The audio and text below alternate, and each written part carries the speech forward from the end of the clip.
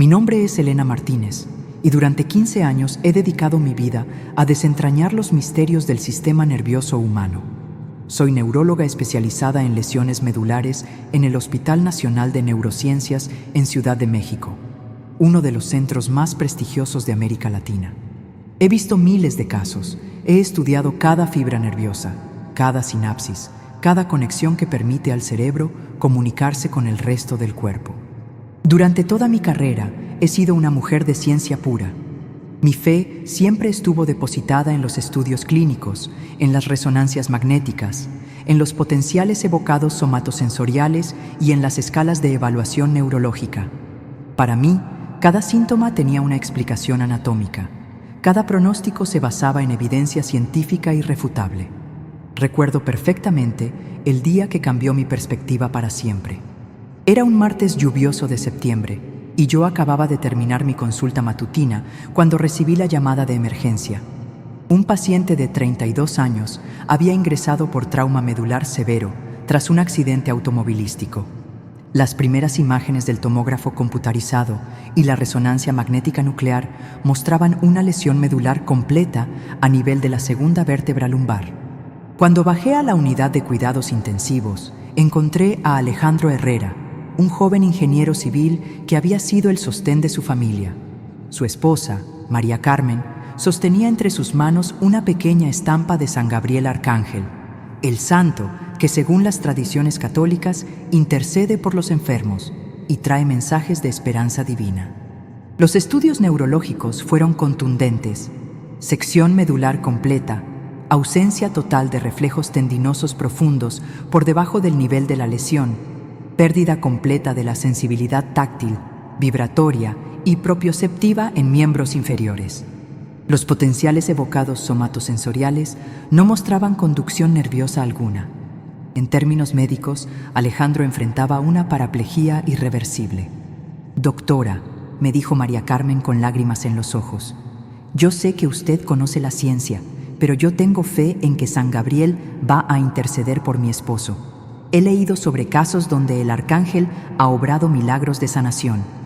Recuerdo haber sentido una mezcla de compasión y frustración.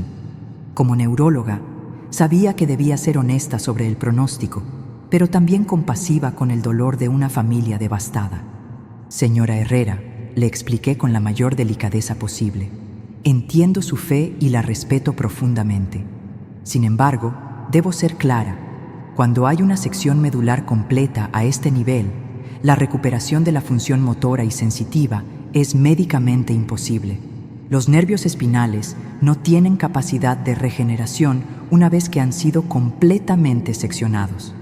Durante los siguientes días, me dediqué a realizar todas las evaluaciones neurológicas pertinentes. Apliqué la escala de deterioro de la Asociación Americana de Lesiones Espinales. Realicé electromiografías y estudios de conducción nerviosa. Todos los resultados confirmaban lo mismo.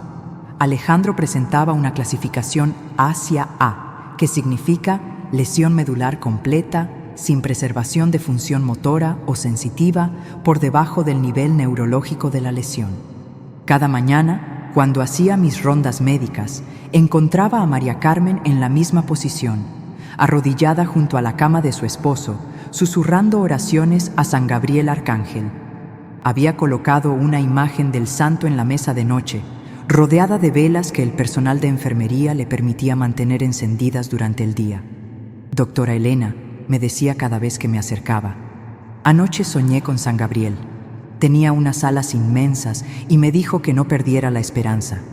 Los arcángeles son mensajeros de Dios y Él me está enviando una señal».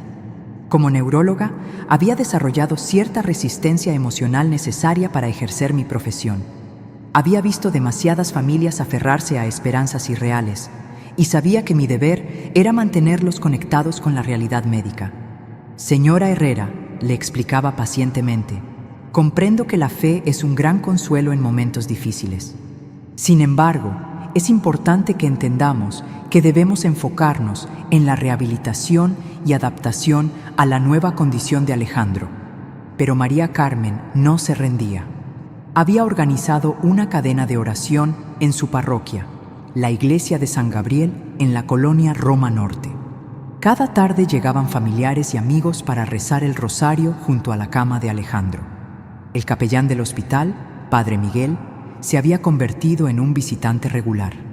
«Doctora», me dijo el Padre Miguel durante una de nuestras conversaciones, «he sido testigo de muchos casos en mis 20 años como capellán hospitalario. He visto cómo la fe puede ser un factor de sanación que la ciencia aún no logra explicar completamente». Su comentario me incomodó profundamente. «Padre», le respondí con firmeza, «respeto mucho su labor pastoral, pero es importante que no alimentemos falsas esperanzas.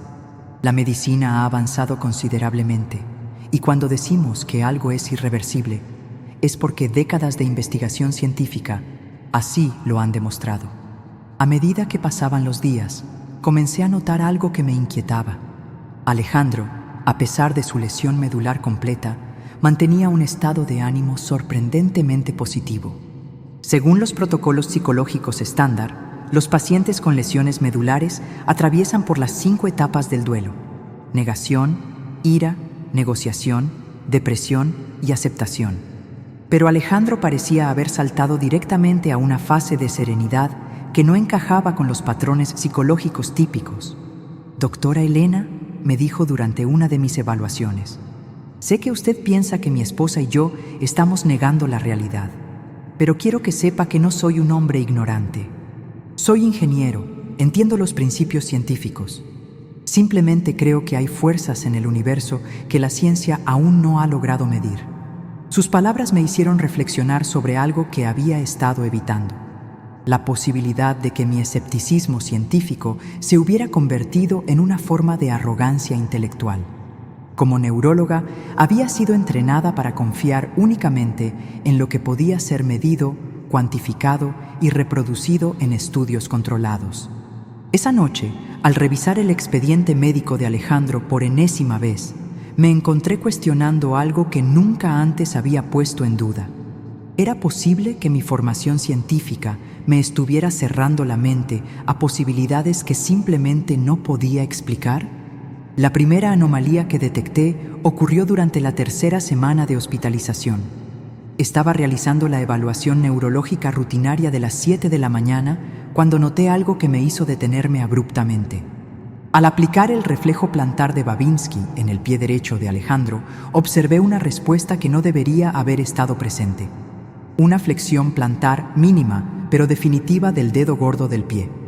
Repetí la prueba 3 veces consecutivas, pensando que había cometido un error técnico o que mis años de trabajo me estaban jugando una mala pasada. Según todos los estudios de resonancia magnética nuclear, tomografía computarizada y mielografía previos, Alejandro no debería tener ningún tipo de respuesta refleja por debajo del nivel de la 2ª vértebra lumbar. La sección medular completa había sido confirmada por 3 neurocirujanos diferentes y corroborada por estudios de potenciales evocados somatosensoriales. Documenté cuidadosamente el hallazgo en la historia clínica, anotando la hora exacta, las condiciones de la prueba y mi observación detallada. Decidí mantenerlo en observación estricta, sin mencionar nada a la familia, temiendo crear falsas expectativas que pudieran resultar devastadoras si se trataba de un error de interpretación o un fenómeno temporal sin significado clínico.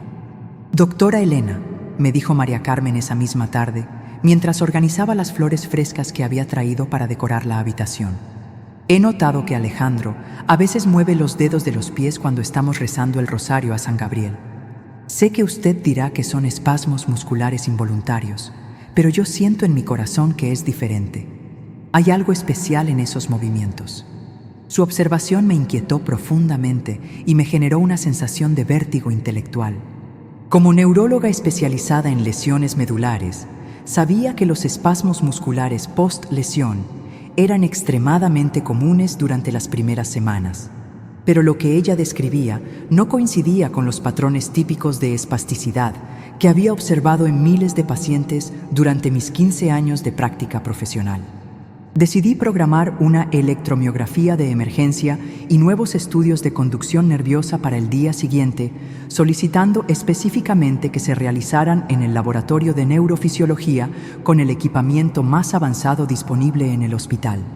También ordené una resonancia magnética nuclear de control con gadolinio para descartar cualquier cambio en la estructura de la médula espinal. Los resultados llegaron 48 horas después y me dejaron completamente perpleja. Había aparecido una conducción nerviosa mínima, pero inequívocamente detectable en el nervio ciático derecho, específicamente en las fibras que inervan los músculos flexores del pie. Esto contradecía completamente todos los estudios previos y desafiaba las leyes básicas de la neuroanatomía que había estudiado durante años. Solicité inmediatamente una segunda opinión al Dr. Ricardo Mendoza, jefe del Departamento de Neurofisiología y mi mentor desde mis años de residencia médica en el Hospital General de México. El Dr. Mendoza era reconocido internacionalmente por sus investigaciones en regeneración nerviosa y había publicado más de 200 artículos en revistas científicas de prestigio mundial. Elena, me dijo el Dr. Mendoza después de revisar exhaustivamente todos los estudios, los trazados electromiográficos y las imágenes de resonancia magnética, en 30 años de carrera clínica y de investigación nunca he visto algo así. Técnicamente, estos hallazgos son imposibles según todo lo que sabemos sobre fisiología del sistema nervioso central. Una lesión medular completa no permite regeneración nerviosa significativa en este periodo de tiempo tan corto. Esa noche no pude conciliar el sueño. Me quedé despierta hasta las 4 de la madrugada revisando literatura médica internacional, buscando casos similares en bases de datos especializadas como PubMed, Cochrane Library y Embase. Consulté con colegas neurólogos de Argentina, España y Estados Unidos a través de videoconferencias. No encontré ningún precedente científico documentado que pudiera explicar racionalmente lo que estaba observando en Alejandro. Al día siguiente, durante mi ronda matutina de las 7, encontré a María Carmen en su posición habitual de oración junto a la cama de su esposo. Pero esta vez, algo en la habitación me hizo detenerme involuntariamente.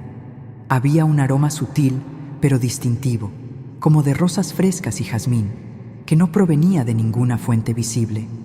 Las flores que había traído eran crisantemos blancos, completamente diferentes a la fragancia que percibía. El personal de enfermería había comentado sobre este fenómeno durante las últimas 3 noches consecutivas, pero yo lo había atribuido inicialmente a productos de limpieza con fragancias florales o a perfumes personales de los familiares. Sin embargo, la intensidad y la persistencia del aroma comenzaba a llamar mi atención desde una perspectiva más analítica. «Doctora Elena», me dijo Alejandro con una sonrisa extraña que irradiaba una paz que no había visto en ningún otro paciente con lesión medular. «Anoche tuve un sueño muy vívido y realista. Vi a un ser imponente con alas inmensas de color dorado que me tocaba suavemente las piernas con sus manos luminosas. Cuando desperté, sentí como si hubiera corriente eléctrica recorriendo mis pies desde los dedos hasta el tobillo. Como neuróloga, sabía que las sensaciones fantasma y los sueños vívidos eran extremadamente comunes en pacientes con lesiones medulares, generalmente relacionados con la reorganización cortical y los procesos de adaptación neuroplástica. Pero algo en su descripción detallada y en la coherencia de su relato me hizo realizar una prueba neurológica inmediata y exhaustiva. Apliqué estímulos táctiles con monofilamentos de diferentes calibres, estímulos dolorosos con agujas estériles y pruebas de vibración con diapasón de 128 Hz en diferentes puntos anatómicos de sus extremidades inferiores, documentando meticulosamente cada respuesta en una escala de evaluación sensitiva detallada. Los resultados fueron completamente inexplicables desde cualquier perspectiva neurológica conocida. Los resultados de las pruebas neurológicas desafiaban todo mi conocimiento médico acumulado durante 15 años de especialización. Alejandro estaba recuperando sensibilidad de manera gradual, pero consistente en zonas específicas de ambos pies, siguiendo un patrón que no correspondía a ninguna distribución anatómica conocida de los dermatomas o miotomas. Más aún, cuando le pedí que intentara mover los dedos de los pies con concentración máxima, observé movimientos voluntarios débiles pero inequívocos en el primer, segundo y tercer dedo de ambos pies. Esto es médicamente imposible según todos los paradigmas neurológicos establecidos, murmuré para mis adentros, mientras revisaba por quinta vez consecutiva todos los estudios de imagen disponibles.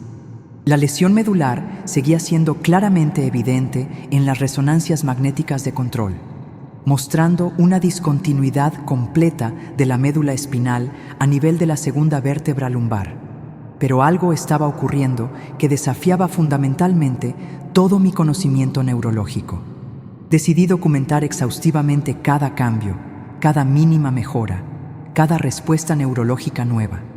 Comencé a realizar evaluaciones neurológicas cada 6 horas en lugar de las evaluaciones diarias habituales. Implementé escalas de evaluación más sensibles, incluyendo la escala de clasificación de lesiones medulares de la Asociación Americana de Lesiones Espinales, pruebas de discriminación táctil de 2 puntos y evaluaciones de propiocepción con escalas analógicas visuales. Esa tarde, María Carmen se acercó a mí con lágrimas de esperanza brillando en sus ojos. Doctora Elena, sé que usted es una mujer de ciencia y que ha dedicado toda su carrera profesional a entender el funcionamiento del sistema nervioso. Pero ¿podría ser posible que San Gabriel Arcángel esté intercediendo milagrosamente por mi esposo? He estado rezando incansablemente durante 18 días consecutivos, realizando novenas completas, y siento en lo más profundo de mi alma que algo extraordinario y milagroso está sucediendo. Por primera vez en toda mi carrera médica, no tuve una respuesta científica convincente ni una explicación racional que ofrecer. Mi formación académica rigurosa me dictaba que debía buscar explicaciones racionales basadas en evidencia. Quizás los estudios iniciales habían sido interpretados incorrectamente. Tal vez había factores neurobiológicos que no habíamos considerado. Posiblemente existían mecanismos de neuroplasticidad que la ciencia aún no había descubierto completamente. Pero en lo más profundo de mi ser, comenzaba a cuestionar si realmente entendía todos los mecanismos complejos de la sanación y si mi educación científica había creado limitaciones en mi capacidad de percibir realidades que trascendían el método científico tradicional. Consulté con el doctor Fernando Ramírez, neurocirujano con más de 20 años de experiencia en trauma medular, quien había operado personalmente a Alejandro durante la fase aguda de su lesión. Elena, me dijo después de examinar personalmente al paciente, he realizado más de 500 cirugías de columna vertebral y nunca he visto una recuperación neurológica en un caso de sección medular completa confirmada histológicamente. Esto contradice todo lo que sabemos sobre fisiopatología del sistema nervioso central. La 4ª semana marcó un punto de inflexión definitivo en mi comprensión de la medicina.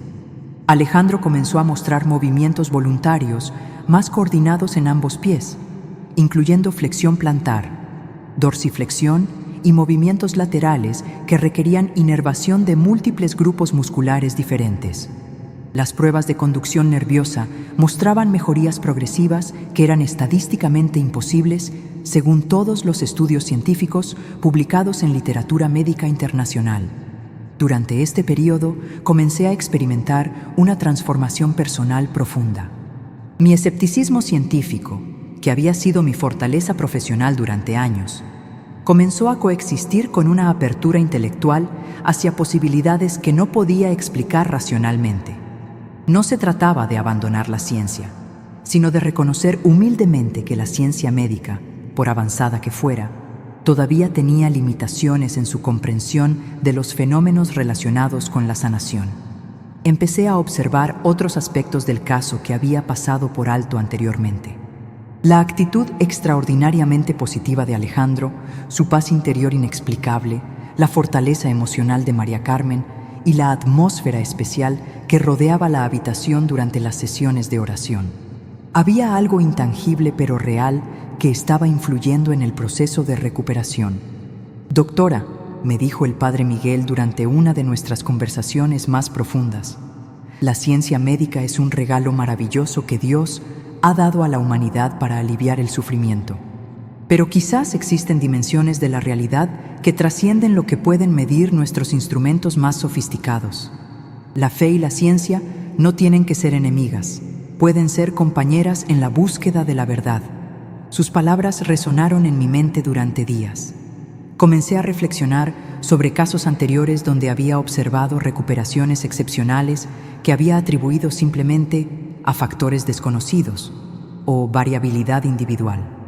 ¿Había estado cerrando mi mente a posibilidades que merecían consideración seria? La quinta semana trajo desarrollos aún más extraordinarios.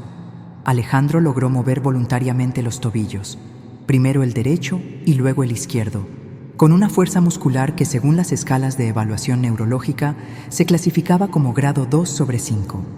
Para cualquier observador externo, podría parecer un movimiento mínimo, pero para una neuróloga que había visto miles de casos de lesión medular, representaba una recuperación que desafiaba las leyes fundamentales de la neuroanatomía.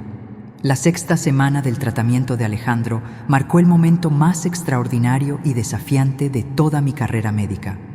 Era un viernes por la mañana, exactamente 42 días después de su ingreso, cuando ocurrió algo que cambiaría para siempre mi comprensión sobre los límites de la medicina y la existencia de fenómenos que trascienden la explicación científica tradicional. Llegué al hospital esa mañana con la rutina habitual: revisión de historias clínicas, preparación de las rondas médicas matutinas y verificación de los resultados de laboratorio pendientes. Pero al entrar a la habitación de Alejandro, me encontré con una escena que me dejó completamente paralizada.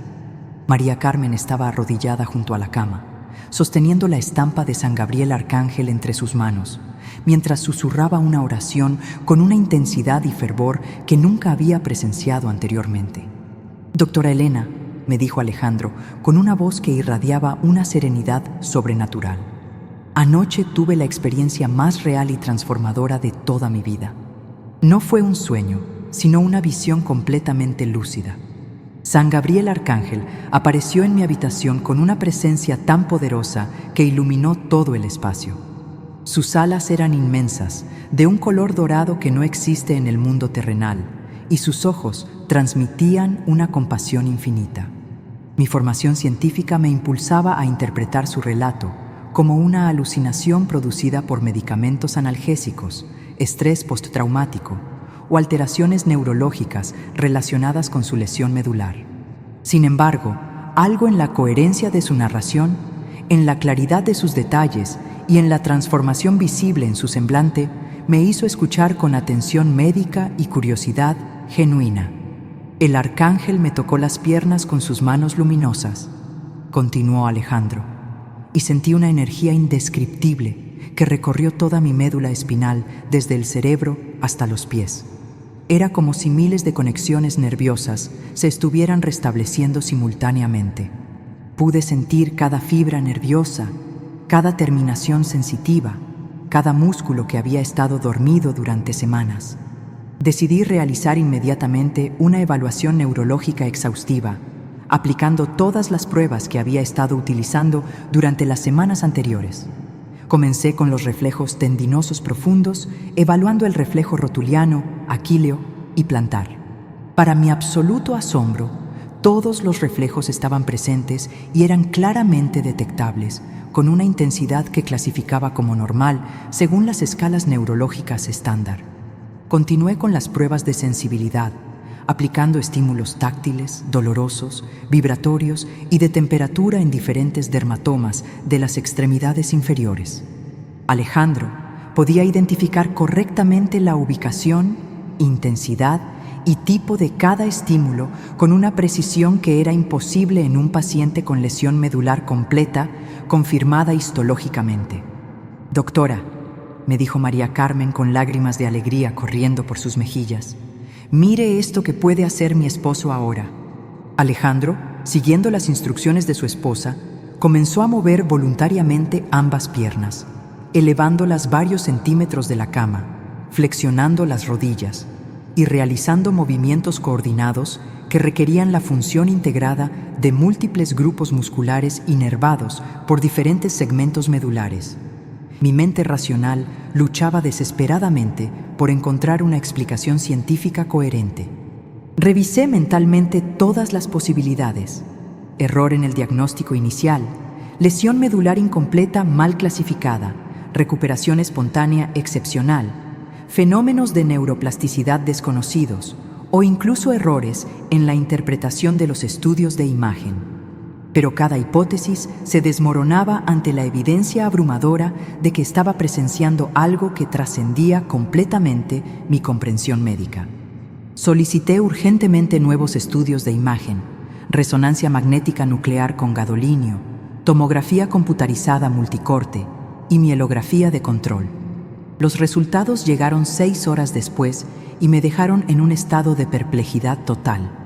La lesión medular original seguía siendo visible en las imágenes, mostrando la misma discontinuidad estructural que había sido documentada desde el primer día.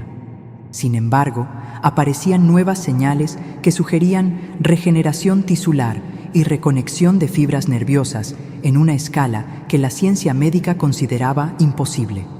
Convoqué inmediatamente una junta médica extraordinaria con todos los especialistas involucrados en el caso: neurocirujanos, fisiatras, radiólogos y neurofisiólogos. Presenté todos los hallazgos, las pruebas neurológicas, los estudios de imagen y las evaluaciones funcionales. La conclusión unánime fue que estábamos presenciando un fenómeno que no podía ser explicado por ningún mecanismo conocido de regeneración nerviosa o neuroplasticidad. Elena, me dijo el doctor Mendoza después de la junta médica, en 40 años de práctica neurológica y de investigación científica, nunca he visto algo remotamente similar. Esto desafía todo lo que sabemos sobre fisiopatología del sistema nervioso central. Creo que estamos presenciando algo que trasciende nuestras capacidades de comprensión médica actual. Esa noche, al regresar a mi casa, me senté en mi estudio rodeada de libros de neurología, artículos científicos y tratados de medicina. Por primera vez en mi carrera, todos esos conocimientos acumulados parecían insuficientes para explicar lo que había presenciado. Comencé a reflexionar profundamente sobre las limitaciones de la ciencia médica y sobre la posibilidad de que existieran dimensiones de la realidad que no podían ser medidas por instrumentos científicos tradicionales. Al día siguiente, sábado por la mañana, llegué al hospital con una perspectiva completamente transformada. Encontré a Alejandro sentado en la cama, moviendo ambas piernas con normalidad y realizando ejercicios de fisioterapia que habrían sido impensables apenas una semana antes. María Carmen estaba radiante de alegría, sosteniendo la estampa de San Gabriel Arcángel y dándole gracias por lo que ella consideraba un milagro auténtico. Doctora Elena, me dijo Alejandro con una sonrisa llena de gratitud, sé que esto debe ser muy difícil de procesar para usted como médica y científica, pero quiero que sepa que respeto profundamente su profesión y su conocimiento. Lo que ha ocurrido no invalida la ciencia médica, simplemente demuestra que hay aspectos de la existencia que la ciencia aún no ha logrado comprender completamente. Sus palabras resonaron en mi alma con una profundidad que nunca había experimentado. Durante toda mi carrera, había construido mi identidad profesional sobre la base de la racionalidad científica, el método empírico y la evidencia reproducible. Pero en ese momento, enfrentada con un caso que desafiaba fundamentalmente todos mis paradigmas médicos, comencé a comprender que la verdadera sabiduría científica incluía la humildad de reconocer los límites del conocimiento humano actual. Durante los siguientes días, documenté meticulosamente cada aspecto de la recuperación de Alejandro.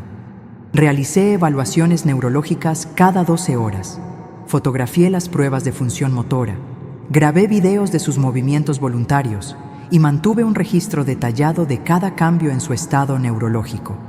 Todo esto lo hice no solo como neuróloga responsable de su caso, sino como testigo de algo extraordinario que sentía la obligación profesional y moral de documentar para la posteridad médica. La recuperación de Alejandro continuó de manera acelerada durante la 7ª y 8ª semana. No solo había recuperado completamente la función motora y sensitiva de ambas extremidades inferiores, sino que también había desarrollado una fuerza muscular que se clasificaba como normal en todas las escalas de evaluación neurológica. Las pruebas de equilibrio, coordinación y propiocepción mostraban resultados que eran indistinguibles de una persona que nunca había sufrido una lesión medular. Los estudios de control posteriores revelaron cambios histológicos que los radiólogos describieron como regeneración tisular, incompatible con los conocimientos actuales de neurobiología.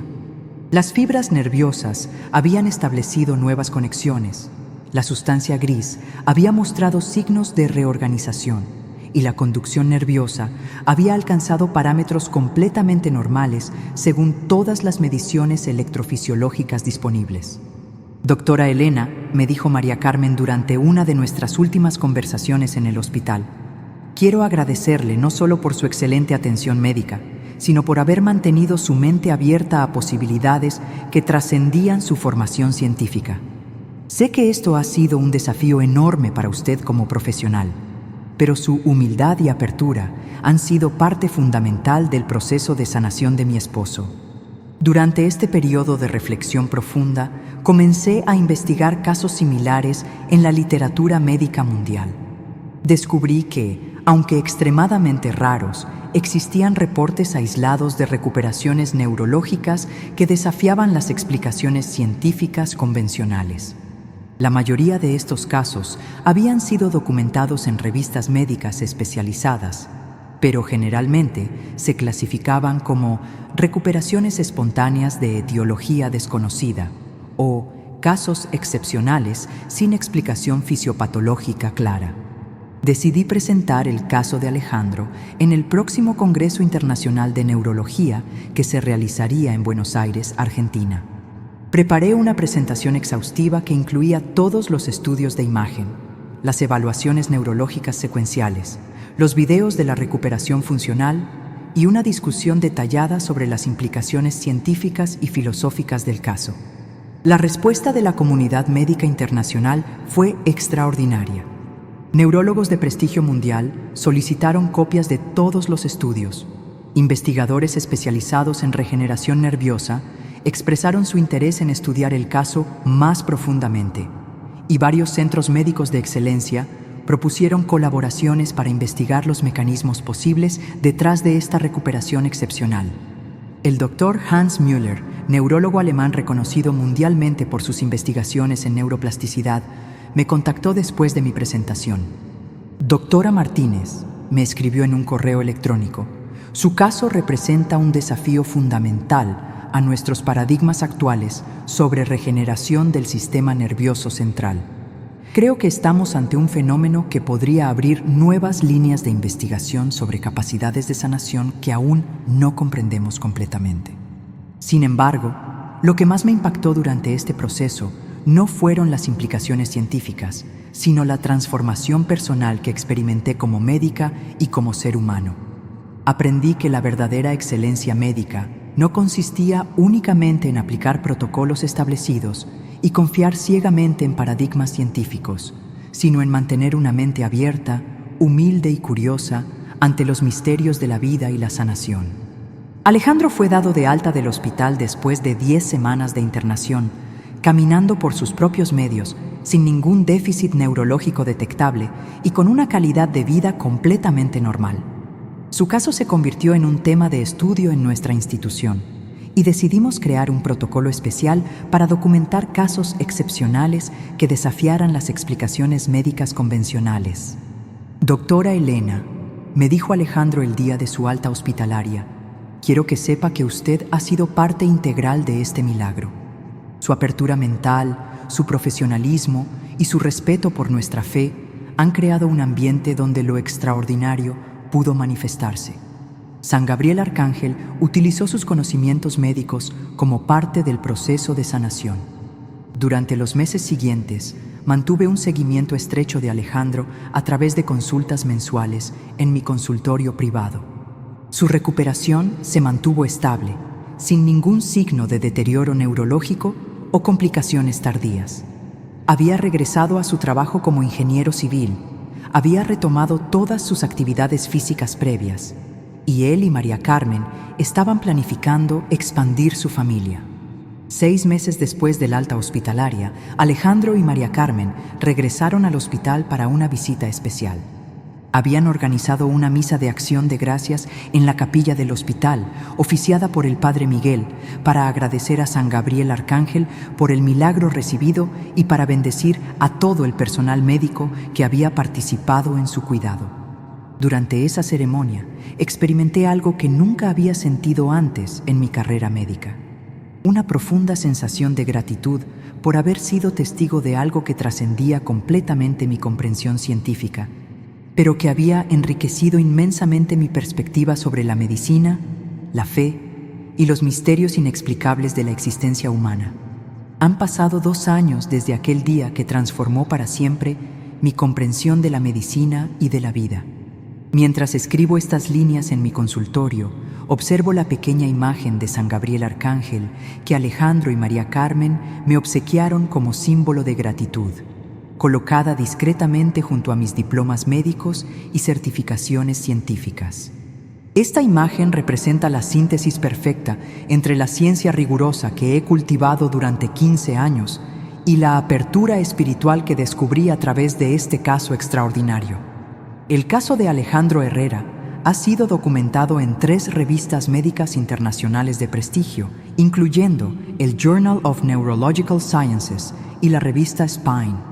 Cada publicación ha generado debates fascinantes en la comunidad científica mundial sobre los límites del conocimiento médico actual y la necesidad de mantener una mente abierta ante fenómenos que desafían nuestros paradigmas establecidos. He recibido invitaciones para presentar este caso en congresos médicos en más de 12 países, desde Estados Unidos hasta Japón. Durante estos 2 años, he tenido el privilegio de conocer otros casos similares a través de colegas de diferentes partes del mundo. Cada historia confirma que la medicina, por más avanzada que sea, aún tiene mucho que aprender sobre los mecanismos profundos de la sanación y los factores que pueden influir en la recuperación de los pacientes. He comenzado a colaborar con un grupo internacional de investigadores que estudian las intersecciones entre espiritualidad, fe y procesos de sanación desde una perspectiva científica rigurosa pero abierta. Mi práctica médica ha evolucionado significativamente desde entonces. Aunque mantengo todos los estándares científicos más elevados en el diagnóstico y tratamiento de mis pacientes, también he incorporado una dimensión más humana y holística en mi atención médica. Ahora dedico más tiempo a escuchar las preocupaciones espirituales de mis pacientes, respeto profundamente sus creencias religiosas y reconozco que la esperanza y la fe pueden ser factores complementarios importantes en los procesos de sanación.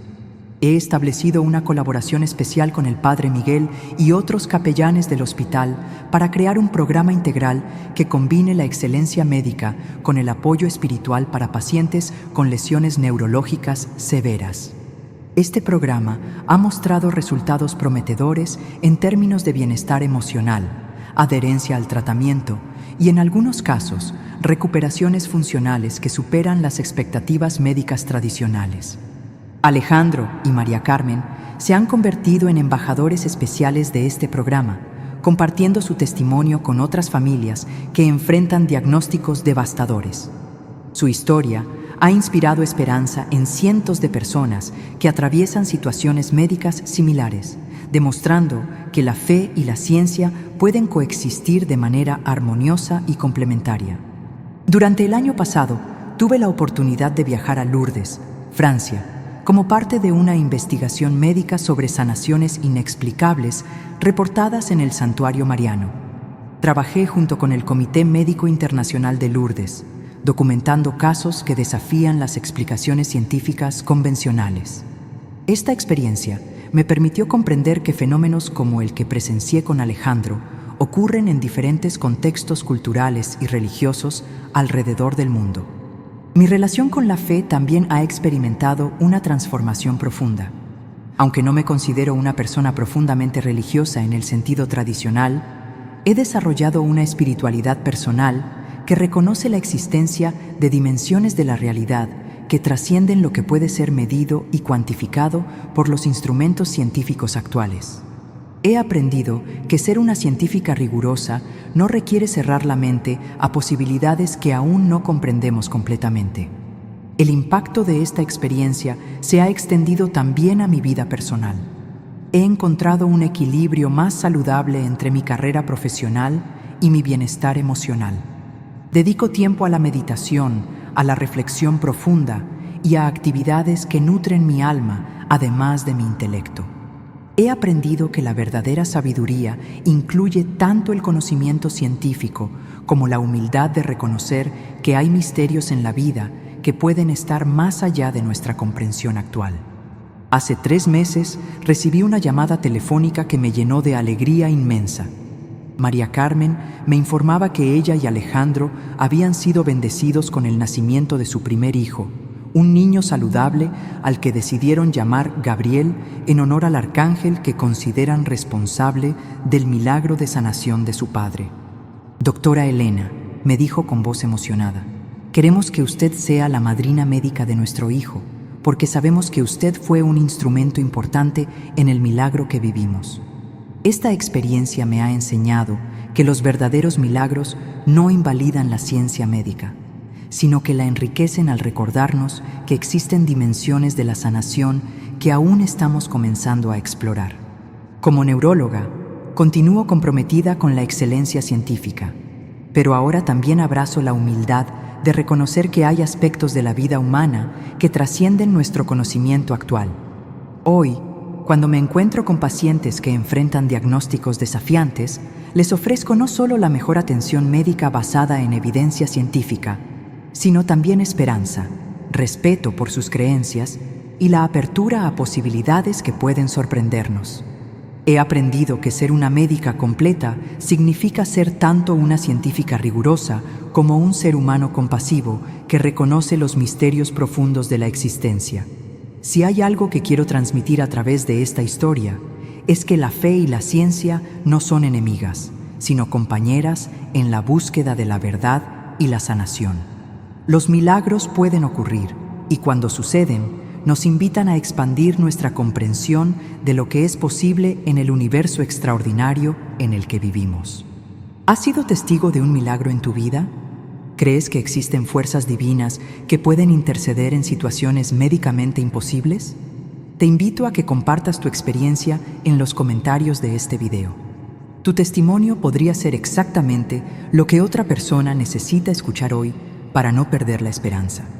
Si esta historia tocó tu corazón y te hizo reflexionar sobre los misterios de la fe y la ciencia, no olvides suscribirte a nuestro canal para más testimonios extraordinarios que desafían lo que creemos saber sobre la realidad. Dale like si crees en los milagros y comparte este video con alguien que necesite un mensaje de esperanza.